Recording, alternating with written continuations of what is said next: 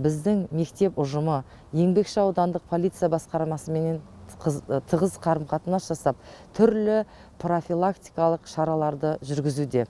Бізге бөлінген инспектор Байхан Мұстафаның бастауыменен сол кісінің және мектептің жоспарына сәйкес түрлі іс-шаралар жүргізілуде.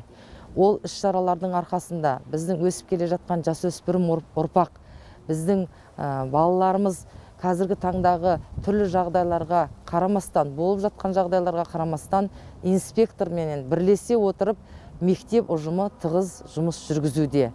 Жалпы мектеп ұжымы сонымен қатар осы жердегі тұрғын халықтардың атынан мен Еңбекші аудандық полиция басқармасының атқарып жатқан қызметіне алғысымды білдіргім келеді.